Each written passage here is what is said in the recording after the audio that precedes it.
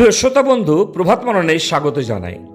আজ সকালে সংক্ষেপে দেখার চেষ্টা করব পালক বা প্রাচীনের সম্বন্ধে চারটি অপরিহার্য বিষয়। প্রথমত, তিনি যেন অবশ্য পালকের কার্য করার ইচ্ছা রাখেন।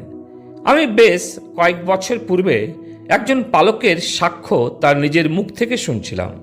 তিনি স্পষ্টত আমাকে বলছিলেন যে আমি পালকের কাজ করতে চাইনি, কিন্তু আমি অনাথ এবং যিনি আমাকে মানুষ করেছিলেন সেই ভদ্রমহিলা ইচ্ছা করেছিলেন যেন আমি পালকের কাজ করি।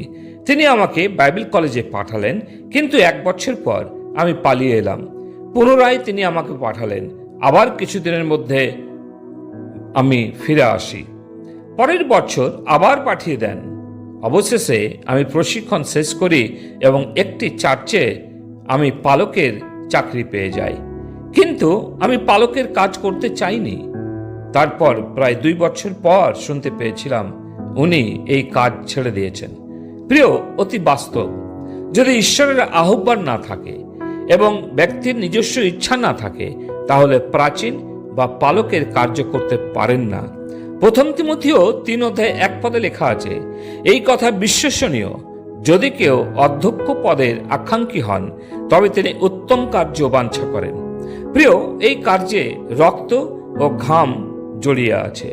অনেক চার্চে বা মণ্ডলীতে পালক প্রাচীনগণ তাদের কার্যে উৎসাহ দেখান না, সঠিকভাবে কার্য করেন না। এটা হচ্ছে পবিত্র আত্মা তাদেরকে অধ্যক্ষ করে নিযুক্ত করেছেন। যেমন প্রেরিত 20:28 লেখা আছে, তোমরা আপনাদের মধ্যে সাবধান এবং পবিত্র আত্মা তোমাদিগকে অধ্যক্ষ করিয়া যাহার মধ্যে নিযুক্ত করিয়াছেন সেই সমস্ত পালর বিষয়ে সাবধান হও। ঈশ্বরের সেই মণ্ডলীকে পালন করো যাহাকে তিনি নিজ রক্ত দ্বারা ক্রয় করিয়াছেন। দ্বিতীয়টি হচ্ছে একজন পালক বা প্রাচীনের যোগ্যতা। প্রিয়, এর 3টি দিক রয়েছে। প্রথম দিকটি নৈতিক যোগ্যতা, যা আমরা প্রথম তিমথি 3:2-3 পাঠ করি। অতএব ইহা আবশ্যক যে অধ্যক্ষ অনিন্দনীয়, এক স্ত্রীর স্বামী, মিতাচারী, আত্মসংযমী, পরিপাটি, অতিথি সেবক এবং শিক্ষাদানে নিপুণ হন, মদ্যপানে আসক্ত কিংবা প্রহারক না হন, কিন্তু ক্ষান্ত, নির্বিরোধ ও অর্থলোভ শূন্য হন। এগুলো এক পালকের নৈতিক যোগ্যতার কথা প্রকাশ করে। সাধু পৌল অতি পরিষ্কারভাবে তিমথিওকে শিক্ষা দিয়েছেন যেন পালক চয়নে ভুল না করেন। প্রিয়, আমি এই কথাগুলো বলার দ্বারা কোনো পালক বা প্রাচীনের বা কোনো বিশ্বাসীর বিরোধিতা করছি না, কিন্তু পবিত্র বাইবেল যে শিক্ষাগুলো বর্ণিত আছে সেগুলো শুধু স্মরণ করাচ্ছি। যদিও সবাই জানেন, যেন আমরা যোগ্যরূপে খ্রিস্টের মণ্ডলীকে লালন পালন করতে পারি। যে কোনো বিশ্বাসীর নৈতিক জীবন ঠিক রাখার প্রয়োজন। দ্বিতীয়টি হচ্ছে আধ্যাত্মিক যোগ্যতা।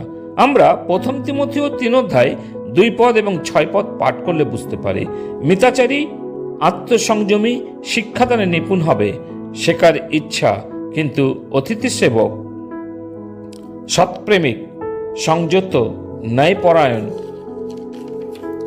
সাধু ও জিতেন্দ্রীয় হতে হবে। সংযত এবং শিক্ষানুরূপ বিশ্বসনীয় বাক্য ধরে থাকতে হবে। এই প্রকার যেন পালক নিরাময় শিক্ষাতে উপদেশ দিতে এবং প্রতিকূলবাদীদের দোষ ব্যক্ত করতে সমর্থ হন। এক কথায় বলতে হলে পালক প্রাচীন যেন আত্মিক লোক হন। করন্থীয় পত্রে পৌল বলেছেন, আত্মিক লোক আত্মার বিষয়গুলি বিচার করেন।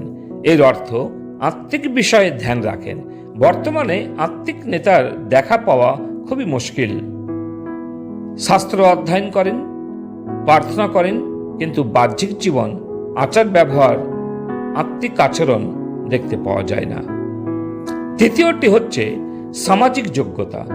অতিথি সেবক, একজন প্রাচীন বা পালক অতিথি সেবাতে রত থাকবে। হ্যাঁ প্রিয়, সবাই অতিথি সেবা করেন, কিন্তু লোক বুঝে। আমরা সাধারণত যারা একটু উচ্চমানের, ধনী, সম্মানীয় ব্যক্তিদেরই অতিথি সেবা করে থাকি, কিন্তু একবার চিন্তা করুন ও মণ্ডলীতে সেই আর্থিক দরিদ্র পরিবারগুলোর দিকে দৃষ্টি করুন, যাদের হয়তো দিনের আহার নেই, কঠোর পরিশ্রম করে, সংঘর্ষ করছে পরিবারের আহার ব্যবস্থা করার জন্য। একবার ভেবে দেখুন, শেষবার কবে আপনি মণ্ডলীর দরিদ্র পরিবারগুলোকে আর্থিক তথা একটু মুদিখানা দিয়ে সাহায্য করেছেন? একবার নিজের বাড়িতে ডেকে পেট ভরে খাবার খাইয়েছেন? যদি তা না করে থাকেন, তাহলে আপনি ঈশ্বরের নিকটে আশীর্বাদের পাত্র হতে পারেন না। আর যদি করেছেন, তাহলে আপনি ঈশ্বরের কাছে আশীর্বাদের পাত্র। সমাজে ভেতরে ও বাইরে উত্তম সাক্ষ্য বহন করবে একজন পালক, যা তীত 3 অধ্যায় 4 থেকে 7 পদে এবং তীত 1 অধ্যায় 6 থেকে 8 পদে তাই পায়। তিনি যেন অনিন্দনীয়, নষ্টামি দোষে অপবাদিত না হোক। এবং এই পদগুলো পড়লে তাহলে বুঝতে পারবেন সমাজে প্রতি তাদের দায়িত্ব এবং করণীয় কি।